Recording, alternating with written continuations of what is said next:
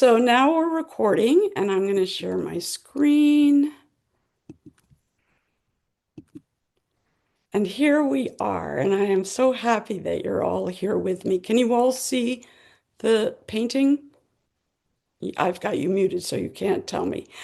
But I'm going to assume that you can. I'm just so joyful to be able to do this presentation, especially for many of you who are living through much of what I hope to share with you today. And I've been told that my voice in the background of my presentations or the foreground is rather irritating because it's a little bit hoarse. And I would just remind people that less than 2 years ago, I had major surgery on my neck to decompress spinal cord compression, and the nerve to my larynx was injured in that procedure. So that leaves me a little bit hoarse. The spinal cord injury made it so that I can no longer write or type very much at all. So this hoarse voice is my one way of still communicating with the world. And during that time, when I had just had my decompression surgery, I had spent a lot of time all in my mind, not able to really connect with my body. And it was during the recovery period that it came to me that there was a lot in my mind and in my experience that I wanted to be able to share with people. And that's how these Zoom/YouTube presentations came into being. So, that being said, I'm going to be talking about Rembrandt and his life and his work and his times today. I first started doing a deep dive into my study of Rembrandt over 50 years ago. I had just arrived as a junior at Harvard, and I had transferred to Harvard so that I could study art history there. And one of the great scholars of the Dutch master, Seymour Slive, was at Harvard. And I was able to score an individual tutorial with Seymour Slive. So I spent my junior year when I was 20 working on Rembrandt and how he portrayed women in his entire work, which includes over 2,000 drawings, over 300 paintings, and over 300 etchings. So in that first year, I was able to begin immersing myself in Rembrandt. As those of you who saw my Botticelli presentation may recall, I then took a detour into studying Botticelli and Neoplatonism because there was a visiting professor I really wanted to work with. And in my senior year, when I was set to do my thesis on Rembrandt, uh, the eminent professor had a snit about my having gone over and done this tutorial on Botticelli, and he would no longer supervise my thesis. So I was assigned a teaching assistant a young man who specialized in Italian Renaissance architecture.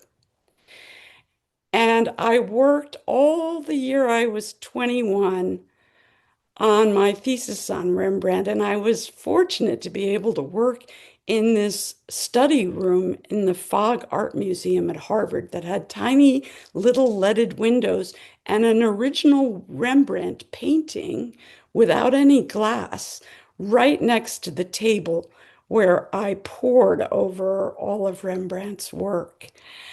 When I submitted my thesis, the tutor, as they're called, would not accept my thesis because he said I hadn't used enough secondary sources.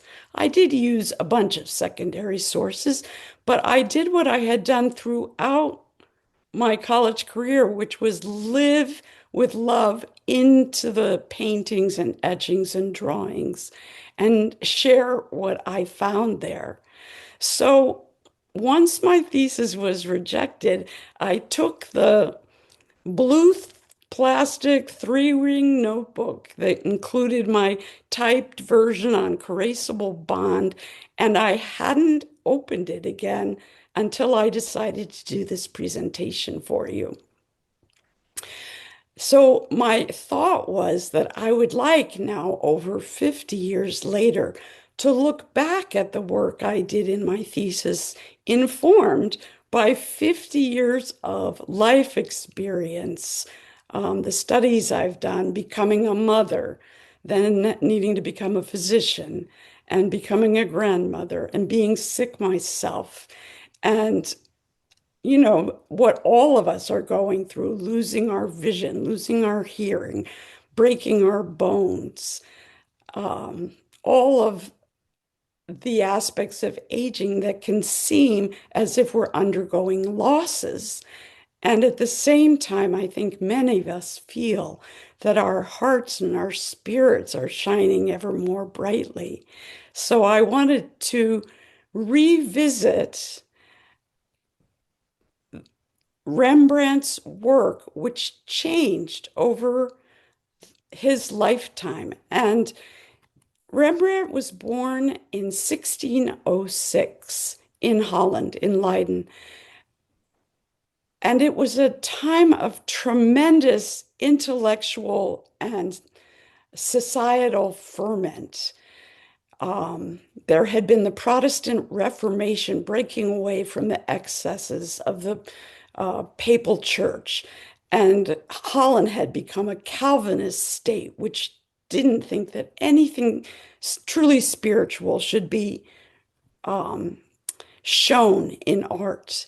And what that led to was the breaking off, you could say, of a lot of individual forms of art that used to be included in the spiritual imagery from before that.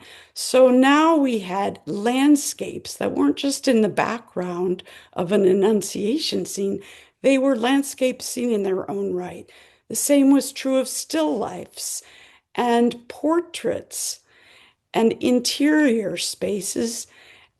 And for Rembrandt, one of the special areas that became his gift to humanity was the self-portrait. And I'm showing you one of his self-portraits, which I'll show you again in a moment. So he was able to study objectively how his presence within surroundings, how his inner world met the outer world, and how the inner world transformed the outer world, and how the outer world then met that inner world, and how that changed over the course of a lifetime. So this is an early self-portrait of Rembrandt's. It's from 1629. So he was just, let's see, he was a young man. He was 23. And he was still in Leiden. And you can see that as a young man, the diagonal is what predominates. The diagonal and the very sharp contrasts of light and shadow. So you see the whole composition is along the diagonal from the bottom left-hand corner up to the top right-hand corner, and then he casts one eye deeply in shadow.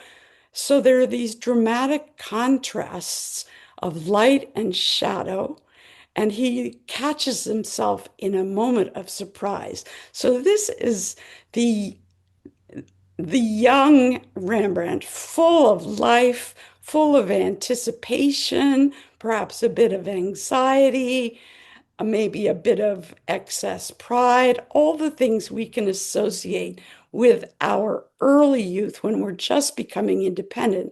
And you can see that he's already at that young age completely mastered the painterly skills of rendering outer physical reality onto a two-dimensional surface. Rembrandt moved from Leiden to Amsterdam. He became quite successful, and he had married his wife Saskia, whom you can see in this portrait. She was a prosperous daughter of a merchant, and she and Rembrandt moved to a large house and studio in Amsterdam, and they had enough money to purchase all the accoutrements of a wealthy life. This is a portrait from 1635. And you can see that this is called the self-portrait as prodigal son. And Rembrandt and Saskia are enjoying the richness of their material life. He's shifted the orientation now so that we're looking over his left shoulder. There's still quite an emphasis on the diagonal and the spaces that are revealed by the velvet drapery. You can see that he uses an Oriental or Persian rug to cover the table. They're wearing costumes of rich velvet and silk, and he has a Persian scimitar. So this is Rembrandt in his 60s at the peak of his youthful creative forces. It's it's not a deep look into his interior space, but it's very exciting and it invites us to share in their warmth together.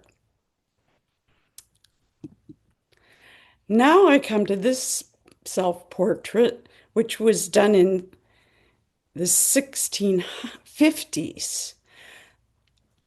Shortly after moving to Amsterdam, Saskia and Rembrandt had two babies who died, and then Saskia very quickly became ill and died within 9 months, probably of tuberculosis. So Rembrandt began experiencing in his personal life tremendous personal life that turned him away from the outer accoutrements and led him into a deeper and deeper, more interior space. And I think you can see that in this self-portrait, which he sets before two magical partial circles, which lift the space into a transcendence that we didn't see in the previous portraits. And there's just his palette, which comes right into our space. So we're invited into his space and then into a much more interior world where the soul trials that and illnesses and losses that he has had to endure have created a new soul and spirit richness and humility that he's trying to share with us. And I have a detail of his face. And you can see how with his brush, he's able to catch in these very light evanescent brush strokes, just the dot of light on his nose with a little bit of rosy color next to it, one eye deep in shadow, the other eye one eye, the left eye receiving on the heart side, and the right eye moving into our space with the more active right side. And then his hair just very lightly suggested. But you can see through this evanescent brushwork a deeply interior Rembrandt that has come forward to share in great honesty the sufferings and the lessons that he has learned. And I wanted to round out, I made this presentation. So those of you who have to leave early, I'm doing sort of the whole presentation in these first 4 slides. And then if you have to leave, you can feel as if you got something out of it. This is the last self-portrait of Rembrandt, which was done in the 1660s. Rembrandt died in 1669, so he was 63 when he died. Well, most of us have already outlived him by 10 or more years.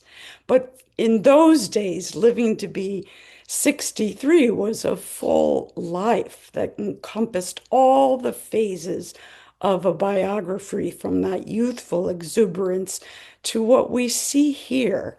This is called Self-Portrait as the Laughing Zeuxis.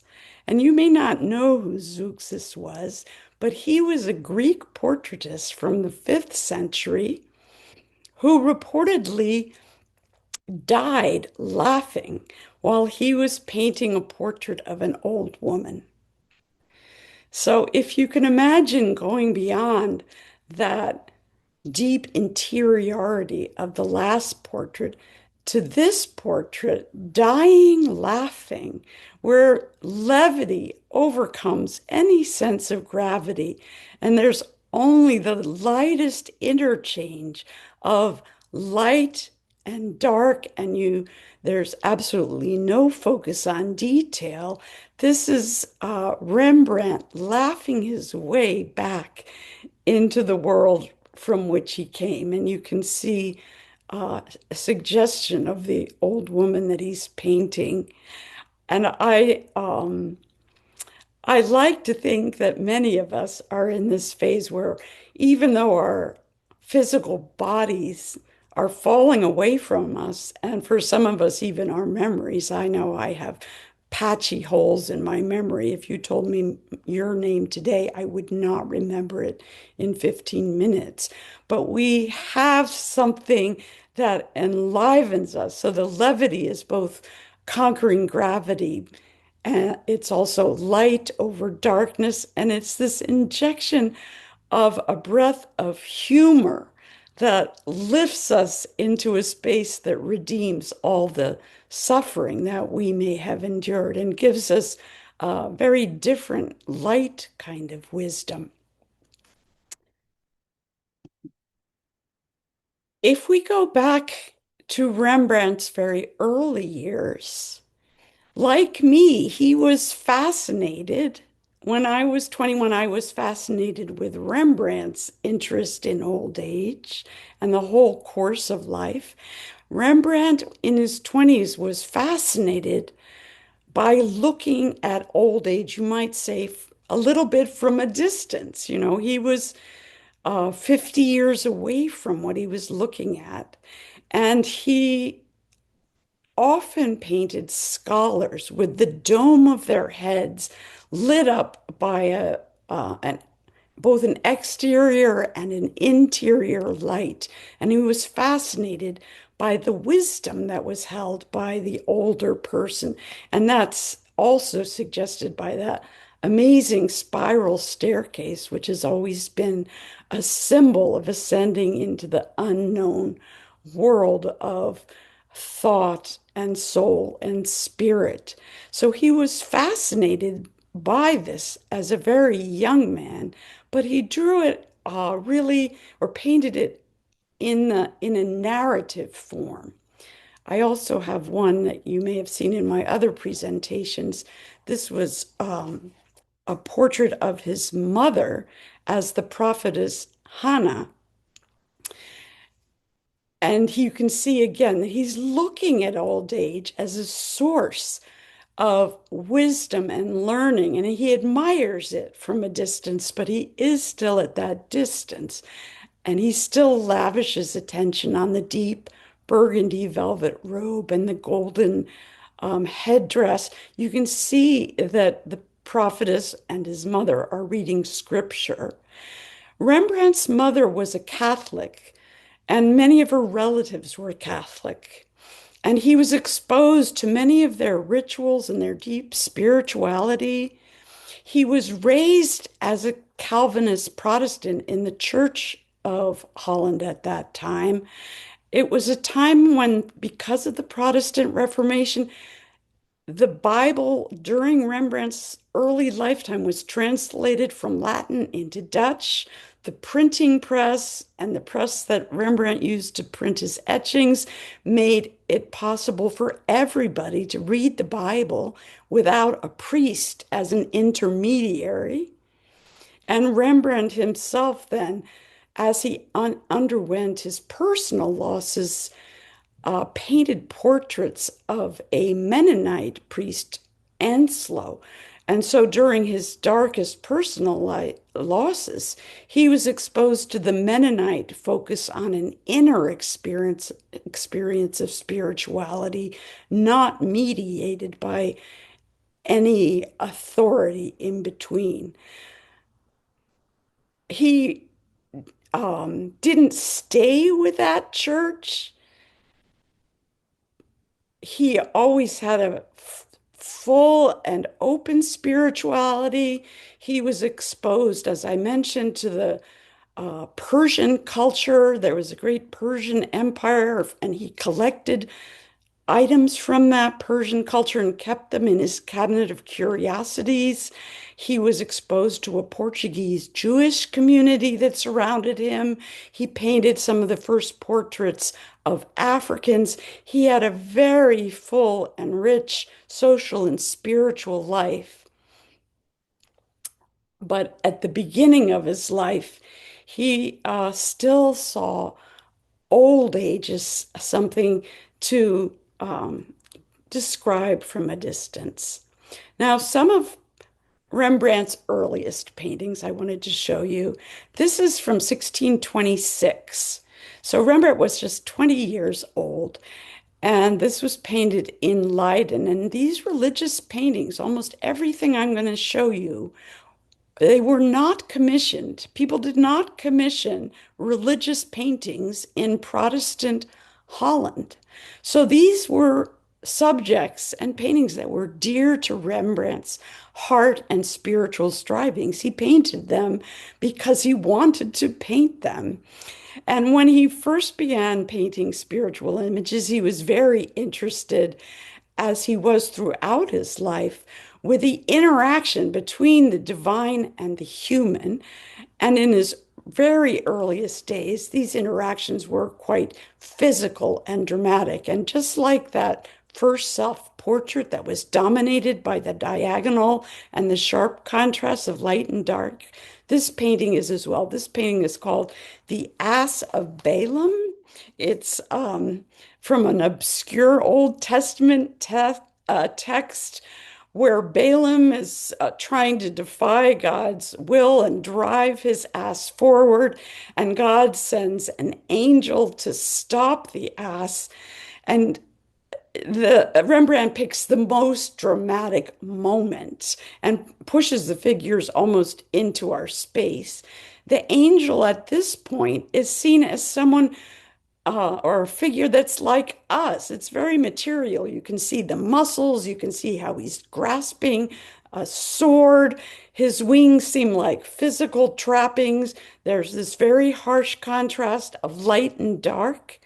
So even in his earliest spiritual paintings, his tendency to narrate and dramatize is present, but his lifelong interest in how does the human being interact with the spiritual world manifest on a two-dimensional surface. This is another very early painting of Rembrandt, which I won't dwell on. It's also from 1626 of Christ chasing the money changers out of the temple. And again, it's very dramatic, full of light and dark, diagonals. The face of Christ is harsh as he's driving these money changers out of the temple, and it all takes place very much on the surface of the painting. And he is clearly, at the age of 20, already mastered how to express in visual two-dimensional terms very complex images. From about the same time is this painting. This is from 1628, the presentation of Christ in the temple.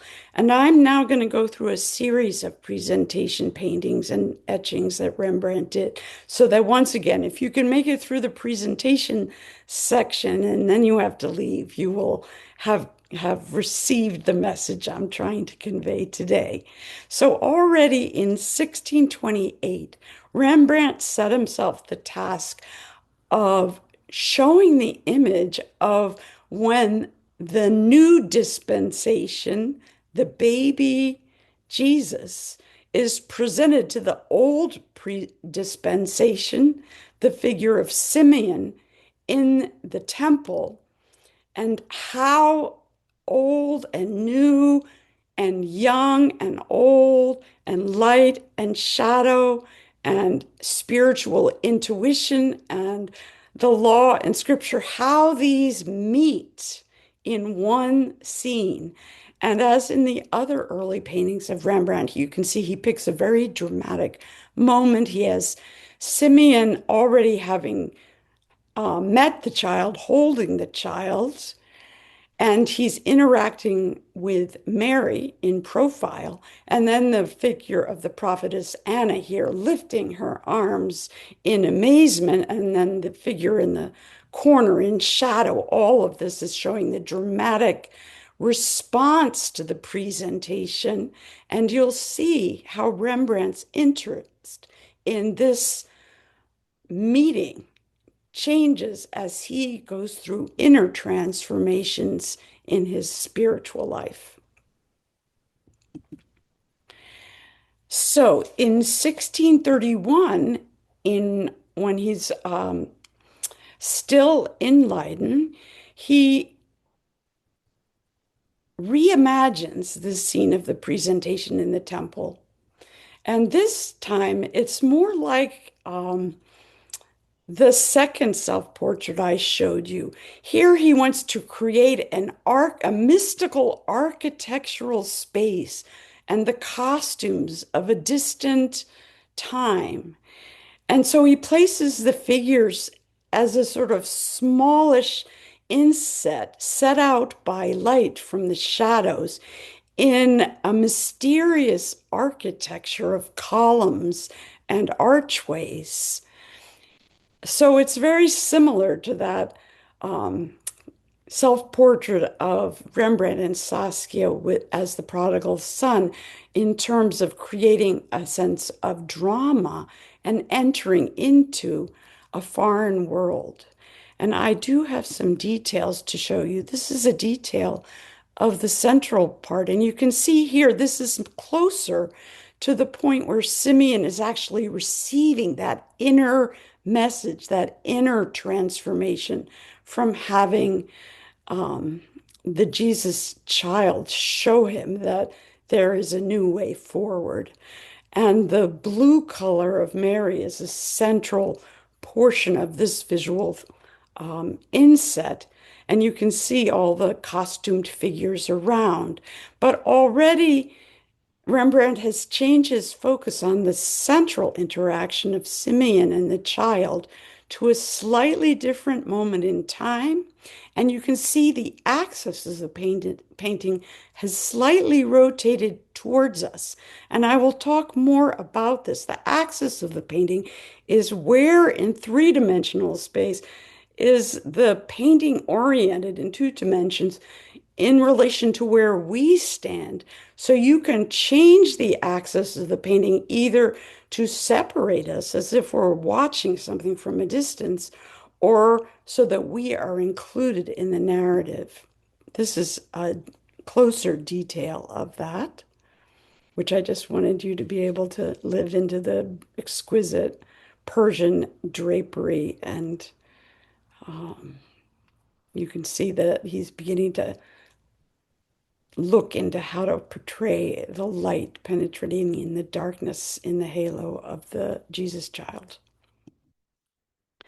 Now, much later in his life, this would be at the same time as that self-portrait with the two circles, he returned to this meeting that's shown in the presentation of the temple. This etching is called the presentation of the temple in the dark manner, and you can see why it's called that. Obviously, Rembrandt didn't call it that. He here brings that inset of figures right into our space. And the space is he's no longer interested as much in creating that dramatic foreign interior. There's just a suggestion of the temple. The main space is created by the figures themselves, by the figure of the priest in the temple to whom Simeon is presenting the child, whom we see in profile, and then that strange figure in the center of the etching of a bishop-like figure holding a staff or what's known as a crozier, which is a bishop's shepherd's crook, which is over the figure of Simeon and the child, suggesting in that simple symbol that we're experiencing a transition from the law into a gospel of love. I do have some details, or maybe one detail. I wanted to show you this detail of Simeon now with the child, because now Simeon is lit up from within, and he is as if in a trance state that has come to him through perceiving that or meeting this new world of love and intuition and insight that's coming from meeting the child. And the child's face itself is actually cast into shadow. But it is as if Rembrandt has tightened the string of a cord of a bag and drawn the relationships very close and intimately so that we too can enter into this moment of transition. And then finally, at the very end of his life, in 1669, Rembrandt returned to this subject in painting. And this painting was on his easel in his studio at the time of his death. He was still reworking it. And it is strongly believed that the woman in the background was added by one of his students or by a later artist. So Rembrandt himself really reduced and intensified the scene to the figure of Simeon and the child. And now the figures are the architecture of the space, the human being transfigured by the spirit becomes the very structure of the space. And you can see if you look in the right-hand corner, just look at his hands that are now in a parallel way, just holding this new being with such reverence. And also notice the deep, warm red of Simeon's cloak now, as if the warmth of the heart is now added to the element of light in expressing the spiritual in visual terms. Rembrandt uses both light and dark and the deep warmth of the red heart to let us enter into a spirituality of wisdom and of love. So I wanted to just go back because Rembrandt is clearly so interested in how the spiritual world interacts with the human. And one of his favorite stories was from the apocryphal book of Tobit, where the archangel Raphael comes down to help Tobias cure the blindness of his son Tobit. And Rembrandt was always fascinated by this story, and he did this painting and then later etching, which I will show you, and innumerable drawings of the whole story of the angel Raphael coming down from heaven and guiding the young Tobias to clean the fish to prepare a remedy for his father's blindness. So there was something about this intimate connection between the archangel Raphael and Tobias that deeply fascinated Rembrandt. And you have to remember that Rembrandt thought by drawing.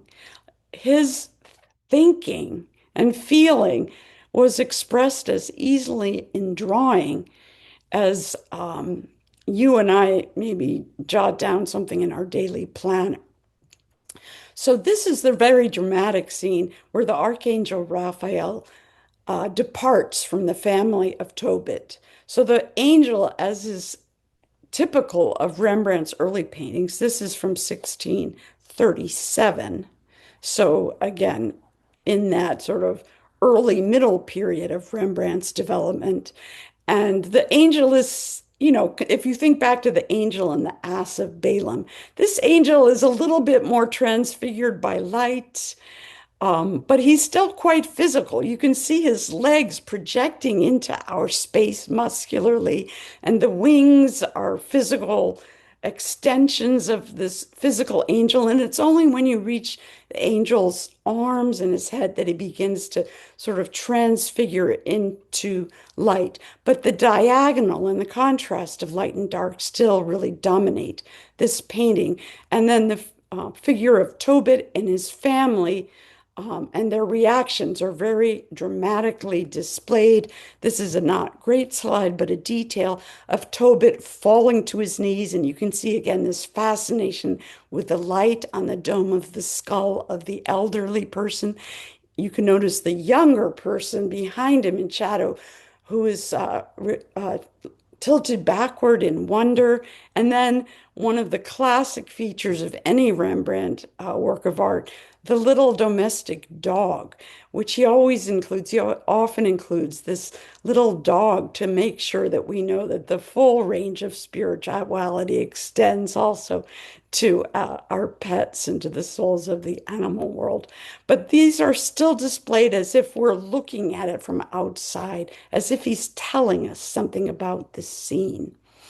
When he returns to this subject 10 years later in an etching, he shifts the orientation from a vertical orientation to a horizontal orientation. And now you can see the angel has almost disappeared up in the right, in the upper corner. So no longer is the angel itself actually the main focus. What's the main focus is the way the light is streaming down and enlightening and interacting now the young figure of Tobias, who is overcome with awe and gratitude after this very personal encounter with the archangel Raphael. And I just wanted to show you a little detail of the figure of Tobias with his mother behind him. And to me, this also calls forth an inner image of scenes of the crucifixion, where the beloved disciple of Christ, John the Evangelist, and his mother, the Virgin Mary, are responding at the crucifixion. I just can't see this figure of Tobias and his mother without a New Testament image also surfacing in my inner memory. And that is part of why I wanted us to look at art together today, so that our souls and our spirits can be filled with images of truth and beauty and goodness, so that we have the inner resources to deal with the dreadful circumstances of our outer world with greater courage. I just wanted to show you this earlier painting of Rembrandt's. This is from 1636. It's the actual healing of Tobit with the remedy that the angel, who you can see behind, lit up by the light from the window, they make a special remedy which they drop into Tobit's eyes. And I just wanted to show you this fully healing figure of the Archangel Raphael. And this was this was the point in my biography where I felt as if the world, this was right for me during the AIDS epidemic, and I felt as if studying and teaching art history was no longer enough to meet the needs of the world. So I trained over 10 years to become a physician so I could take care of AIDS patients. Sometimes we can't just stand back. We need to just like dive in and become healers and invite the presence of hopefully of a being such as the Archangel Raphael to lift us into a space where we can be of assistance.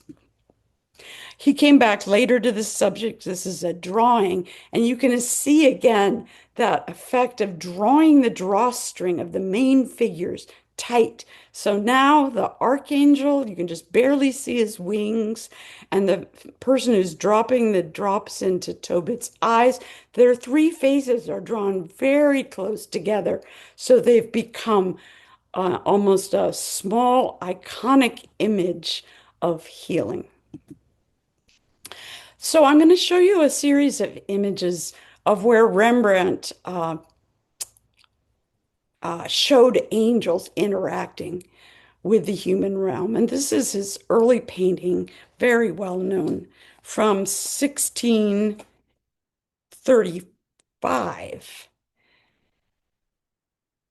The Sacrifice of Isaac, again, all of these were just paintings that came out of Rembrandt, out of his imagination and his study of scripture. And it is the same period where the diagonal and the contrast of light and dark and the muscular movement of the figures predominate. So here, the figure of Isaac, the emphasis of the light is on his body. His face is covered by the clasping hand of Abraham. Abraham is dramatically being stopped at the moment of sacrifice so that the angel's hand actually clasps Abraham's right hand so that the dagger of sacrifice falls from his hand. It's all narrated as a very dramatic moment. This is a detail of the figure of Abraham who is mightily surprised. Of course, in the scripture, um, it's described as really the voice of God or the voice of an angel, but Rembrandt pictures it as an actual angel. But the angel is still quite physical, though illuminated by a very brilliant white light that is then caught up in um, Abraham's beard and hair. And there you can see bits of it. This is a detail of how Rembrandt was able so masterfully to show the old figure of Abraham in one of the most difficult passages of the Bible, being interrupted from this terrible sacrifice of his son. And this is a detail of that Persian style dagger falling and gravity pulling it downward. And you can actually feel the angel grasping the hand of Abraham and you can see the mysterious landscape in the background. You can imagine that when Rembrandt returned to this subject, and this is in the mid 1650s, 1655, now in an etching. Etchings, of course, are more personal, although they were made to be shared more widely. And I will just repeat something I've said in previous presentations about the technique of the etching. I'll try to say it briefly, that for an etching, there's a copper plate and the copper plate is covered with a layer of wax, and then very tiny needles are etched through the wax. So you get this very fine network of tiny lines, finer than you can do even in a drawing. And you can weave light and shadow together in a way that's unique. And then acid is applied to the plate so that the acid eats away down through the wax and opens up extra areas of deep shadow and the interaction of light and dark. And then all of that is removed from the plate and ink is applied to the copper plate, and you can print from that plate and you can redo the plate. So the many states of these etchings, Rembrandt went back and revisited the subjects of each of his etchings multiple times, emphasizing first one thing and then another. I chose this particular state because I think it reveals most clearly the deep inward change that Rembrandt has undergone spiritually through his biography, so that at this point, the sacrifice of Isaac has become a deeply internal encounter of Abraham, both with his child Isaac and with the angel. Now the dagger is in the shadow off to the side, and the central focus is a very tender holding of Isaac's head right at the center. And the interaction between Abraham and the angel now has become almost affectionate.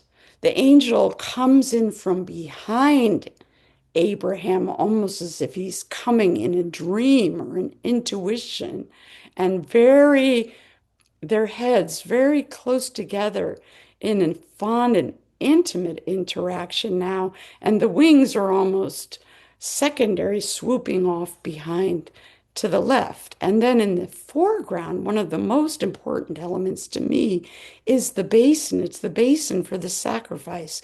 But Rembrandt has that basin coming directly into our space. So we move from the two-dimensional space of the etching into our three-dimensional space so that we directly participate in the image. And here's a detail of that very interior encounter between Abraham and the angel.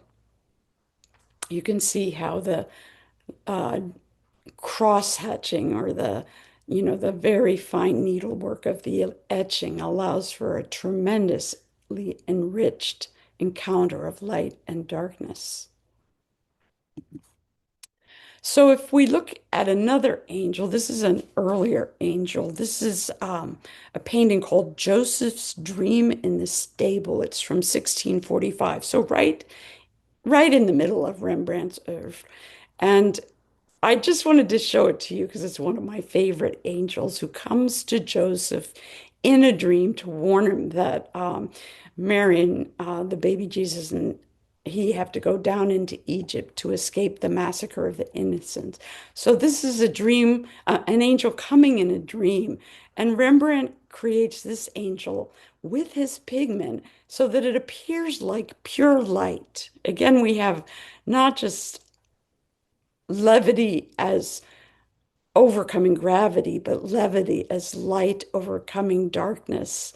And it's light and levity that has a tremendous tenderness. You can feel that Rembrandt experienced his own angel in a way that he's trying to share with us. Then much later in his life, and I'm not going to talk about all the details of, which student painted which wing and so forth. The main idea of this painting is clearly Rembrandt's, and he did a lot of the actual brushwork on this painting, even though it's damaged. This is a late painting from 1659, so um, getting much closer uh, to the decade in which he died. And it's such an intimate portrait of Jacob wrestling with the angel. And again, in the Bible, it's not clearly described as an angel. It's like it's said a man and the Lord. But in this painting, Rembrandt envisions the encounter as an angel. He doesn't really show us the world of God itself. He always shows us with a mediator in the form of an angel, but it's a very tender mediator, and it's believed that the facial model for many of his angels was his one son who survived his childhood, Titus. So once again, the axis of the painting has been turned so that we are fully included in this interaction of Jacob with this figure of the angel. We become the figure of Jacob, who's having to have his hip dislocated violently in the lower part of the painting, while his soul and spirit are lifted upward through this encounter. And the last angel image I wanted to show you specifically of angels is this very late painting of Rembrandt's from 1661 of Saint Matthew being inspired by an angel as he wrote the gospel.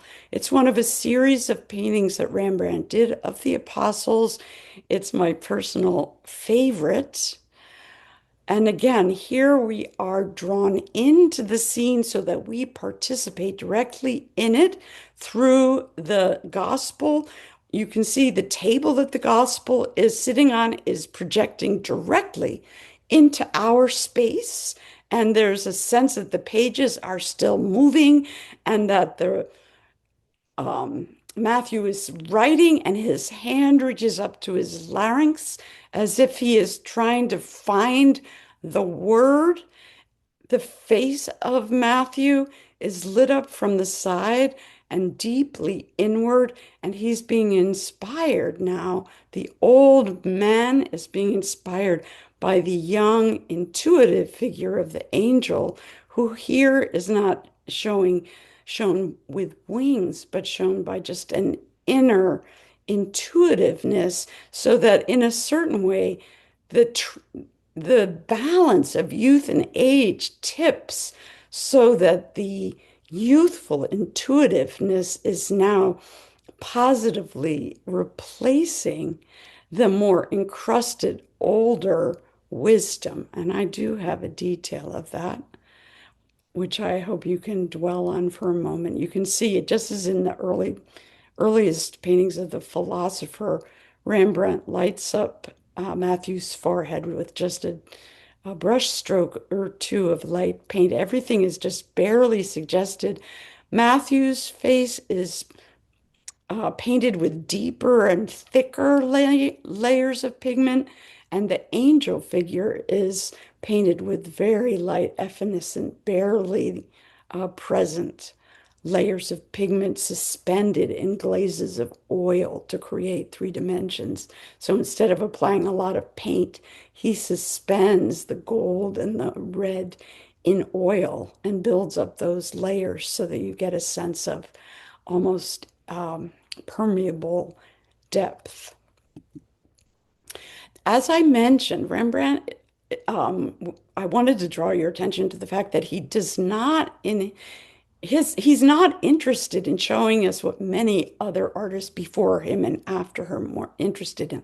He does not show us the Holy Trinity. He doesn't show us the heavenly world. He's not interested in the story of creation in Genesis and the Garden of Eden. He's not really interested in the stories of hell that so fascinated his countrymen, Bosch. But he does do 2 images that are the closest that he comes to showing either a heaven or a hell or a presence of God the Father or a devil. And I wanted to show them to you. This is a small painting he did from 1646, and it's in a private collection, so none of us get to see it except in these slides. So this is the moment in Genesis when the Lord came to visit Abraham and Sarah in the oaks of Mamre to share a meal with them.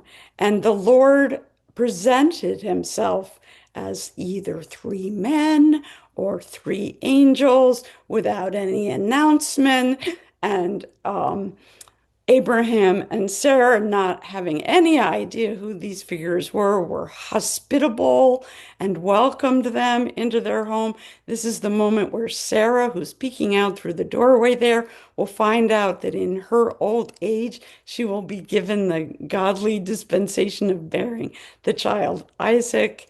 And here Rembrandt shows this threefold embodiment of the Lord as one larger, more luminescent angel. And then you have 2 rather sweet accompanying angels. The one in the foreground, who's back to us with his angels tucked up neatly behind his back, and he's dressed in the Persian garb. And then the tiny little, more youthful angel with his wings upheld, and he's actually eating some of the meal. So we begin to get a sense of the threefold nature of a godly being. But this is not Rembrandt's major interest in his art. He did return to this theme one time again in the 1650s. This is again an etching. He goes from painting to etching of Abraham entertaining the angels. Here, the main figure isn't even seen really as an angelic being. He's more of a patriarchal being of great wisdom. And the 2 accompanying figures, one has little wings, the one to in between Abraham and the Father God, who's this sort of dumpy, balding figure with cute little wings and a paunch, which I think we can all relate to. And then an almost Eastern Persian figure in profile on the other side, the threefoldness. And then up above that Persian figure, the figure of Sarah, just barely emerging from the darkness and peeking out. Um, so I just wanted to show you these two images that they're the only one where Rembrandt goes anywhere near to portraying God the Father, except in the last image, near the last image I will show you. But he does it with that levity, with that sense of humor that we see in that last self-portrait that I have shown you.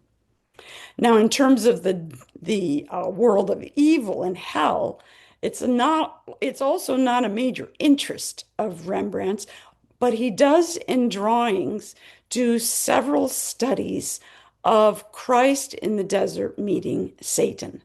Again, it's the interaction between Christ and Satan that interests him, not the world of evil or the world of heaven, but the interaction. So this is a sketch from the 1630s. It's pen and ink, very quickly done. We can see that we have Christ in profile looking over his shoulder, a profile of the Satan figure, which is typical of this narrative style we've seen of Rembrandt's mid-early youth. And the Satan figure is got cloven hoofs and has a sort of goat-like face, but it's all barely sketched in, um, shown in profile as if illustrating a story. When he returns to the subject in a later drawing, he again swings the axis of the image around so that we are approaching and are included in the image. And now Christ is full face in front of us and engaged in an intimate conversation with the devil-like being, who here is just barely sketched in with dark wings. He reminds me, I must say, of the really scary monkeys in The Wizard of Oz. Um, Sort of a dark bestial quality that it's emphasized, but it's really almost a tender conversation that's taking place here between Christ in the desert and the devil. And aside from these drawings and little paintings and etchings, really Rembrandt spent most of his creative spiritual life working with the interaction of God and human beings in the figure of Christ or angels. So now I wanted to share a story from the New Testament. A lot of the stories that Rembrandt chose to dwell on were from the Gospel of John. And this is the story of Christ with at the well with the woman from Samaria, the woman who had committed adultery, married 5 times, and who met Christ at the well where she was drawing water. So in the early etching, this is from, let's see, 1634. So again, in that full mid youthful stage where you see Christ from profile, we're seeing a narration of the scene, very strong contrast of light and dark, and we're just sort of shown what's happening. Over to the right, you can see a vague city and the 3 busybody men who are, disapproving of whatever Christ and this woman are doing. The woman has already is in the process of drawing up the water from the well, and Christ is intervening, um, telling her, go and sin no more. I am the water of life. So we can understand the essence of this story in this early etching, but in a later etching from the 1650s, he returns to this subject. And this is one of my all-time favorite etchings of Rembrandt. And I think all of us who have ever sinned, which I assume means all of us, can approach this scene with some sense of humility and gratitude. You can see that, again, he has moved from the vertical to the horizontal orientation. He has moved the scene right into our space so that the basin, we're at the rim of the basin of the well, included in the I am the water of life moment, which now seems to be emphasized. Christ is no longer instructing the woman. She has finished pulling up the basin of water and is just quietly listening as Christ lets her know that truly he is the water of life. And then again, off to the side, the disapproving elders. This is a detail of the figure of Christ who you can see is tenderly arching in towards Mary with a hand over his heart and a hand blessing the water in the well. I just wanted to show you quickly two drawings that Rembrandt did, again, from an early and from a slightly later stage of Christ with Mary and Martha. This is the early version where Martha is in our space, shown in profile. Then there's a dividing line with the table, and Christ is mediating between the world of contemplation in Mary and the world of practical acting out in Martha, and he is making a transition between the two. He's telling us this story.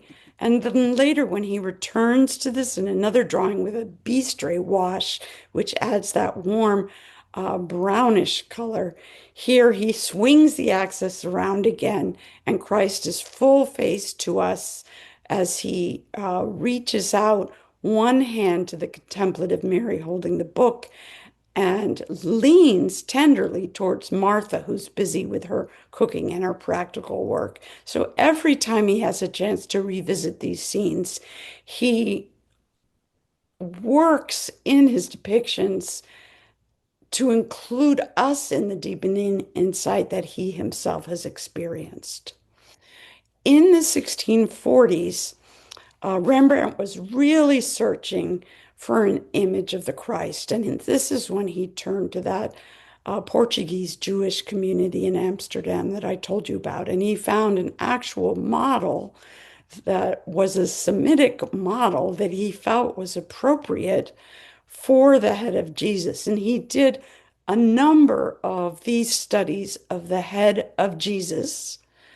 Um, he he valued these highly, so the two of them were hanging in his bedroom after he died. They were found in his bedroom. This is believed to be one of the ones that was hanging in his bedroom.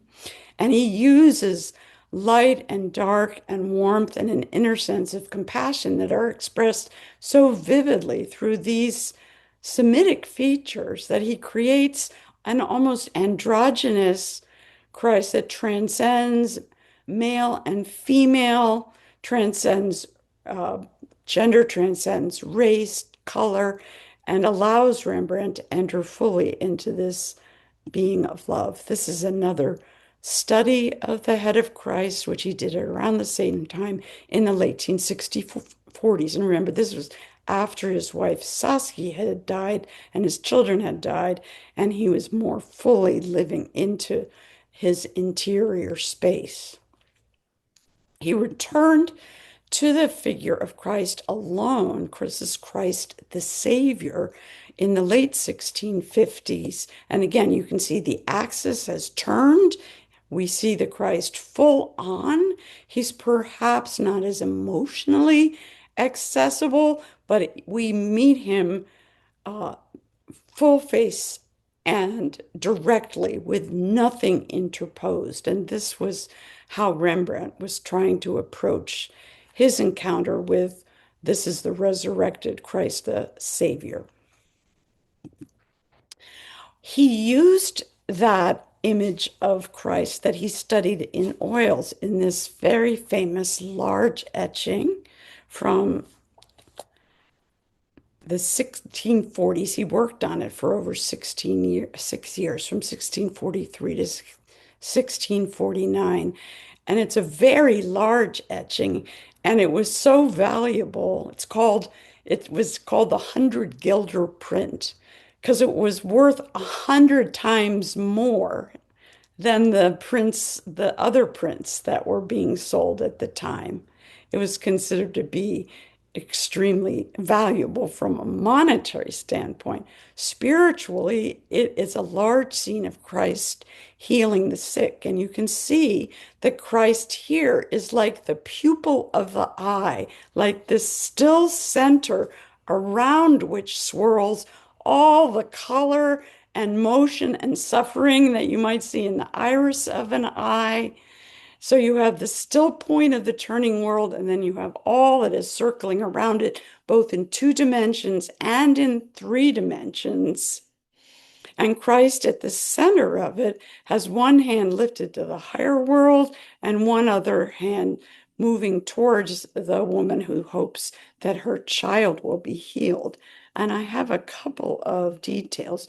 One is a detail of the head of Christ. I wanted to show you especially the halo, where you can see more clearly the magical interlacing of light and darkness, of the material and the spiritual, that Rembrandt accomplishes in this medium of etching as he reaches this later point in his life where he's really trying to access the spiritual message for him of the New Testament.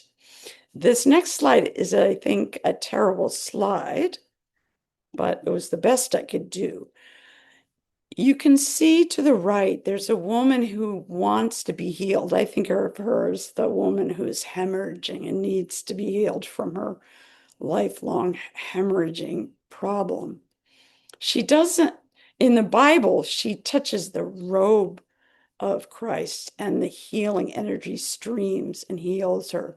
In this image, Rembrandt shows that the shadow of her arms, this expression of her uh, trust in his healing ability, which is what really heals her, casts a shadow on his robes. I don't know. I hope that you can see that Rembrandt very subtly suggests, just in this uh, contrast of light and gray here, this shadow that's cast, that's a marker of the belief and the trust that are the true healers.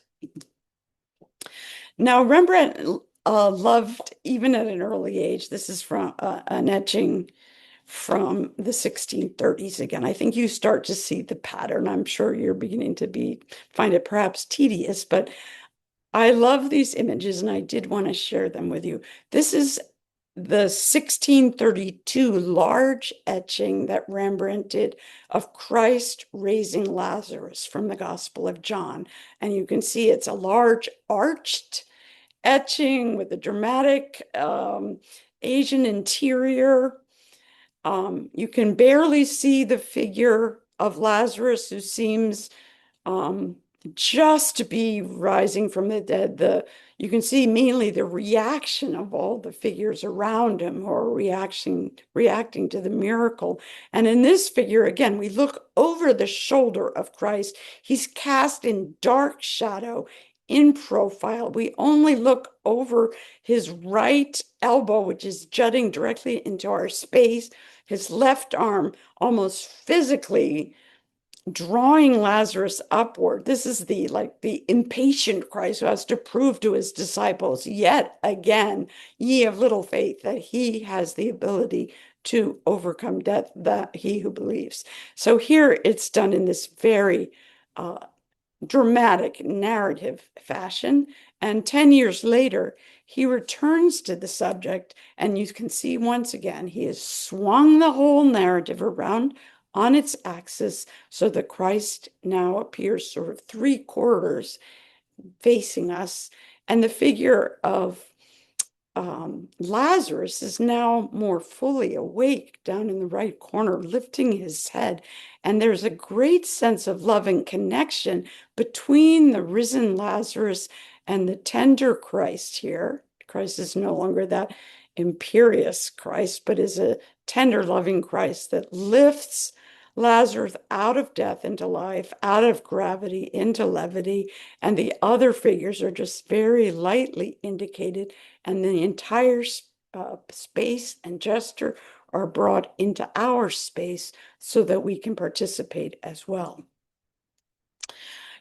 In the scenes that fascinated Rembrandt of the angel coming to comfort Jesus in Christ in the Garden of Gethsemane, this was a subject that Rembrandt reworked over and over again, and I'm just going to show you two versions.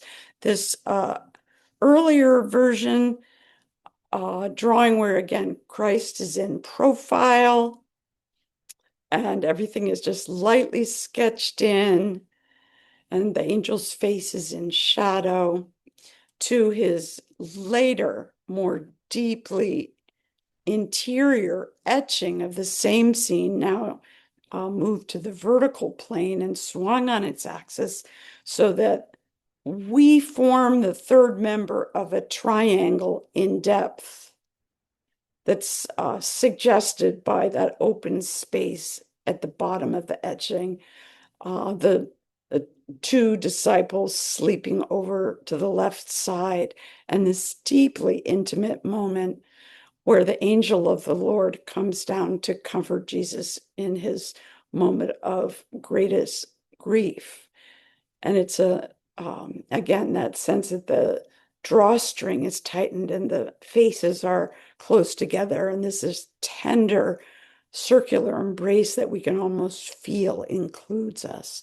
I do have a detail of the angel figure and the suffering Christ and the tenderness of this interaction, and just the very slightest suggestion of the city of Jerusalem in the background, which will be the future coming. I wanted to show you quickly a few resurrection scenes. This is an early one. It's a terrible slide, but it was too difficult for me. I couldn't find a good slide to be honest with you. I know about these images in my mind, but then I have to depend on the internet to have the image in my mind. And sometimes they do, and sometimes they don't. So this is like them half having it. It is there, but it's a poor image. But it's the incredulity of Thomas. This is from 1634. So again, in that early youthful stage, not the very earliest, but Rembrandt experimenting with how can he show the spiritual manifesting into the physical. And you can see Thomas here with his very dramatic reaction, his hands uplifted, the contrasts of the light and the dark, and the other disciples and figures circling all around. You begin to see already in this image that Rembrandt has even though he's telling the story through Thomas's reaction, he also has a deep awareness of the mystery and tenderness of this image and the images of where Thomas is told to put his finger into the wound of Christ.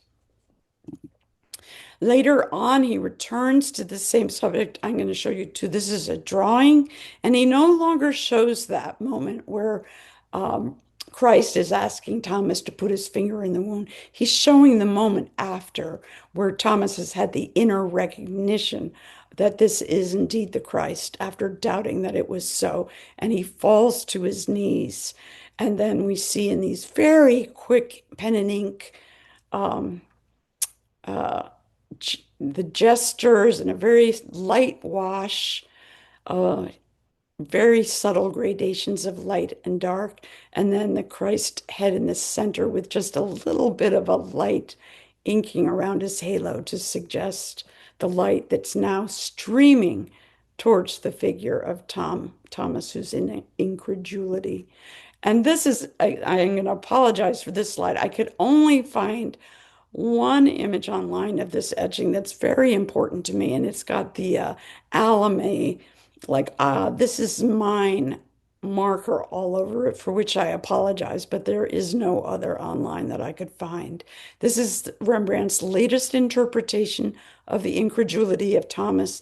And again, there's this tightening of the relationship between Christ and Thomas, Thomas on his knees, and the light streaming down towards Thomas and also all around him. And if you look in the foreground where Rembrandt has signed the etching, he makes a clear pathway in the etching for us to enter the scene as well. And that's an aspect, this in laying out our path to enter the scene that I will emphasize. And I am coming near to where I'm nearing the end. One other resurrection scene, and I've shown you this before, so I'm just going to show you for a moment. It's the moment in the where Mary Magdalene is going to the tomb and she sees the two angels and that the stone has been pulled back, and she turns and perceives a figure who she thinks must be the gardener. And we can see from our perspective that the gardener is, in fact, the risen Christ, who's been given the accoutrements of the gardener. So we see from our space both what Mary sees and her transformation of her understanding as he says her name, Mary, and she says his name, Rabboni, teacher. So there's this dramatic diagonal in space and movement in time as we move from the darkest depths of the cave to the lightest brightness of the New Jerusalem behind. And I just wanted to show again this detail of Christ as the gardener because I love it so much. You know, you can see the sweat on his brow and his sun hat, but we know clearly this is the divine that has incarnated into the human. Later in his life, he returned to the subject, but he went to a slightly later moment, the Noli Me Tangere moment, not the moment of recognition, but the moment where Jesus says, yes, I am here, but I'm here in a way that you cannot touch me. So he is closer to her and very tenderly moving toward her, but there's a clear, like, maybe parenthesis of darkness holding her separate from him. And even though he receives her tenderly, he seems to be made actually of light, of something that is not really permeated with material substance in the way that we understand it. And here Mary is shown in a very traditional way, cloaked as a nun-like figure, which was a traditional way of showing Mary. Okay, this is our second to last series, so be patient with me. I wanted to show you the progression of Christ, of Rembrandt's way of showing the supper at Emmaus. And this comes from the Gospel of Luke. And it's the moment where, after walking for miles with his disciples who do not recognize him, Christ and his disciples sit at a table in an inn. And in the moment that Christ breaks bread, the disciples suddenly are aware that the figure who has been walking with them is the figure of their lost beloved Christ. So at the beginning of his life, this one is from 1629. So, you know, Rembrandt was 23 years old, and he just did a version of this painting. It's in the horizontal, very strong diagonals, very sharp contrast of light and dark, very dramatic. And here he sees Christ illuminated from behind, but the Christ figure himself in profile is in darkness. And we're more, the center of the picture is more the dramatic reaction of the disciple, and we're almost distracted by the innkeeper's wife, who's sort of inset in light in the background to balance that dark panel of darkness. So, this dramatic narrative is how Rembrandt begins. It's a beautiful painting, but very different from what he will come to. 10 years later, he does an etching, classic etching from that early middle phase of Rembrandt, where he starts swinging the axis around. It's no longer in profile.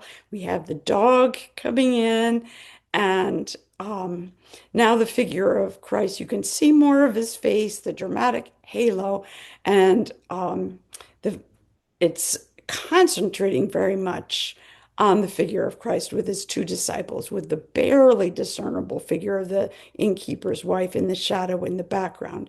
And you can see again, Rembrandt signs this even in 1634, and we move in over a walking stick and a sack and probably a bone for the dog and Christ's feet and enter into the scene. Then later in the 1640s, he returns to this theme, late 1640s, in painting. And here, of course, we see the full rotation of the axis, what I call the rotating axle tree from T.S. Eliot's four quartets. We swing all the way around. Christ is facing us. We enter the scene along the floorboards of this humble inn. The table is directly facing into us. The table sort of obviously substituting and identical to an altar with its white cloth. And I think of our members of the Altar Guild who always make sure we have pristine linens, and then the plate and Christ here, very gentle, barely physically present, as if he's still almost exhausted by the effort it takes to be the resurrected Christ, and just his light barely shining into that vague, shadowy archway. There's much less emphasis and much more dignity in the disciples who are reacting, and the innkeeper is included in this scene as a young figure. I think partly to have that contrast of youth and age in that the two figures on the right. But you can fully enter into a deeply inward experience that as Christ breaks the bread inwardly, the disciples are aware of something spiritual, as Rembrandt was. And he returned to this subject one more time in an etching, horizontal again. Look at the floorboards. The floorboards, there are three of them with the nails in them, and then an abrupt step. We are invited directly into this scene, and the table is directly parallel to the scene. And here Christ has become, it's all brought forward more into our space. Christ doesn't fade into a dark archway. He becomes this very dignified, empowered figure, a triangle at the very center of the scene, geometrically anchoring the scene with the two disciples almost circling around him. And horizontally, then we become the third person in the triangle that's meeting this figure of Christ. There's a great directionality to it, a sense of intention, as if in this late stage of Rembrandt's life, he's saying, like, wake up. I am present. I am present inside of you. I just also wanted to show you this beautiful painting from 1658. It's not a New Testament painting. This is a painting Rembrandt did of the myth of Philemon and Baucis, when the gods Mercury and Jupiter do something similar to what Abraham to the visitation of Abraham by the Lord. They decide to see if the humans will be hospitable to them when they don't know who they are. They're really sort of testing the faith of Philemon and Baucis, this elderly couple. So you can see them at the center of the painting. And I just wanted to show you because Jupiter is very old and regal.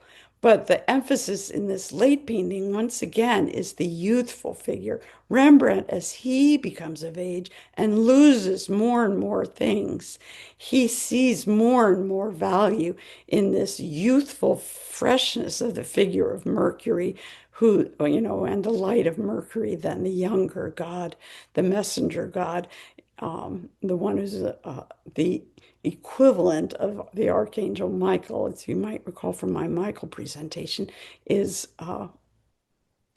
welcomed into the home of Philemon and Baucis. In the parables, Rembrandt found a lot of material for his visual images. This, as you know, or can probably tell, is the parable of the prodigal son. And Rembrandt did this first etching of it in 1636. So it was during the time his children were dying, but before Saskia died. He's still narrating.